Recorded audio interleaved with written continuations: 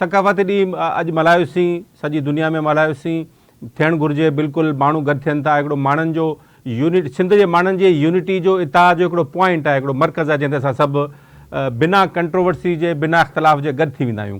पर तव्हां सम्झो था इहो काफ़ी आहे, इहो सभु कुझु त हाणे इहो काफ़ी सालनि खां मल्हायूं पिया। अॻिते छा आहे? What's next?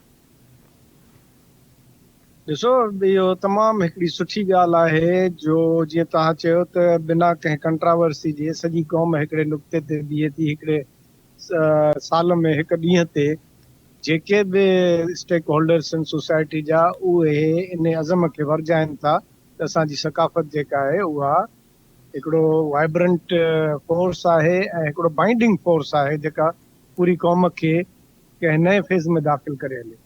पर बिल्कुलु इहो एतिरो काफ़ी न आहे। असांजे क़ौम खे सकाफ़त को इहो सम्झणु खपे त सकाफ़त को साक़त जामद हिकिड़ो सेट न आहे, यानी जंहिंमें तव्हां रुगो पंहिंजो गाना ॻायो या पंहिंजो मुख़्तलिफ़ क़िस्म जा डिस्प्ले कयो। पर सकाफ़त जेका आहे उहा हिकिड़ो क़ौम खे जेको आहे नेक्स्ट फेज़ में वठी वञण जो हिकिड़ो बहितर ढंग बि आहे।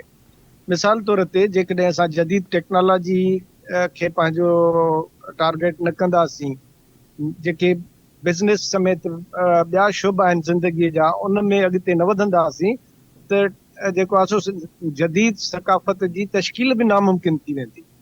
हे जेको असां वटि जेका बि असांजी कल्चरल शयूं आहिनि, उन में अजरक टोपीअ खां वठी झंडरी, काशी, इमारतूं, पुलूं, जेके बि असांजे सकाफ़त जूं मज़हर आहिनि, इहे हिकिड़े वॾी सालनि जे सवे सालनि जे महिनत ऐं जाखोड़ खां पोइ ठाहियूं।